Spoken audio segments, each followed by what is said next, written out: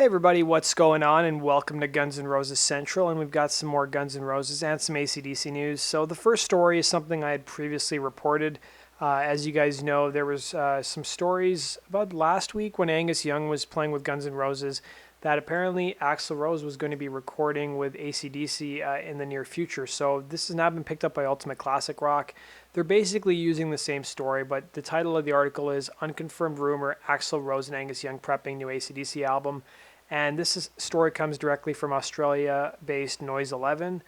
Both items basically arrived in the wake of Angus Young's guest appearances during GNR's concerts in Melbourne and Sydney. And basically the article states, the chemistry between Axl and Angus has inspired Angus to start planning another AC/DC record. Noise 11's Paul Cashmore reports, but Guns N' Roses touring commitments throughout 2017 will make it difficult to finalize the project. The story, which is dated today, is headlined, The New AC/DC Album Not Expected Until 2018. And it should be noted that there have been no previous mentions of any sessions from either Guns N' Roses or from the AC/DC camp.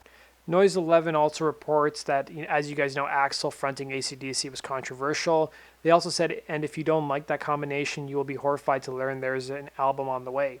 So they also note that all of AC/DC's shows with Axl were actually recorded for possible future use. They say it's possible that fans may be treated to a live album with Rose from the Rocker Bus Tour prior to a new studio album. And we'll have to wait and see. I think that if we do see a new AC/DC album, it'll be coming in 2018 sometime, joined by a tour. And Guns N' Roses may not be doing anything until 2019 or 2020, probably at the earliest, as I think Slash and Duff would go back and do their own solo projects and side projects. So let's go on to our next piece of news. Let me know what your thoughts are in the comment section below. We have a new interview with Duff McKagan. This interview has been posted by Fender. And it's a short interview with Duff just talking about playing the bass. And he talked a little bit about how he found his sound in Guns N' Roses playing next to Slash, Izzy, and Steven. And I've linked to it down below if you guys want to go check it out. There's nothing really in there about the Guns N' Roses reunion, but I don't know, you guys sometimes may enjoy hearing Duff's interviews. So let's go into our next piece of news. So as you guys know, Guns N' Roses played Singapore this past weekend. It was their first show in Singapore with this lineup.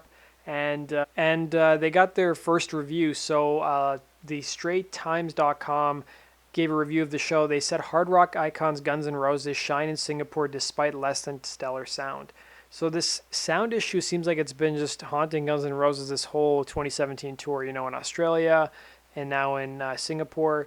This is the first time I heard of any sound issues, but basically the author of the article actually interviewed some people who attended the show. They interviewed a teacher who attended the show, and she basically said she had to sit down during Knocking on Heaven's Door, but Sweet Child of Mine carried me away. She said, it's one of the best concerts I've been to. The energy was contagious, and I'm now planning to dress as Slash for Halloween. They interviewed the teacher's husband, who said the sound was a bit off, but these are 50-something-year-old guys, and I was amazed they kept it up for 2.5 hours. So that's really the only thing they had to support their claim that the sound was bad. I did hear some mixed things from people about Axl's voice. Some people liked it, some people didn't. Go on my channel. I've got a recap of the Singapore concert along with links to a lot of the performances from the show. Let's go on to our next piece of news. So we've got some more photos of Slash and his girlfriend Megan from Singapore. This is just them enjoying the skyline of Singapore. And then this is a photo of Slash with a young fan that was, I believe, taken in Singapore as well. And the last news story I really want to talk about is this story that, it's not so much a story, but it's a really good post that somebody put up on the MyGNR forums. Basically, if you guys remember, and some people will argue about this on the GNR forums, but I think the last time Axl's voice was really, really good, like with a lot of rasp, was probably 2010. His voice was on fire in 2010. So Guns played a concert in late 2010, and Axl's voice sounded great. And then a couple months later, I'd say about 2 months later, they played Rock in Rio. And as you guys know, that was definitely not one of Guns N' Roses' strongest performances. In fact, Axl's vocals sounded completely different than how they did in late 2010. And basically the idea of the actual post was, well, why is there such a discrepancy between Axl's vocals at the late 2010 to early 2011? Like, what happened? And a lot of people, basically are theorizing that maybe he lost motivation to really take care of his voice because there was issues with the record company not wanting to release, the leftover songs from Chinese Democracy. Maybe he had some vocal surgery. or maybe he just stopped giving a shit in 2011 because, as you guys know, in 2011 he was touring because of an agreement that had been struck between him and his former manager, who he had sued previously, which was Irving Asoff. And there was an agreement in place that they would tour and Guns would pay some of their tour profits to their former manager. Now, granted, in 2011, they didn't come up with this agreement, or at least announce it, until June of 2011, and Rock in Rio took place in February of 2011. So maybe this agreement had been struck before and they didn't publicly announce it till later, or maybe Axel was involved with that whole lawsuit at that time, and that was maybe really stressful for him. But either way, let me know what your guys' thoughts are. I think it would be interesting to know. I would love to have a vocal coach on my podcast and talk about it.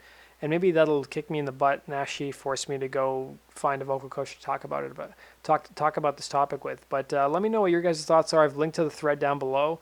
It's really interesting to watch Rocket Queen in both these shows and see how differently they sound. So let me know what your guys' thoughts are down below. If you guys missed it, I have the Steven Adler interview from the Eddie Trunk Show on my channel.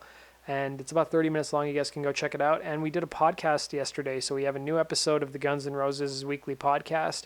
You guys can go check that out. I want to thank Gabriel for joining me. We're going to have the hardcore Guns N' Roses fan Kevin on our channel next week, hopefully.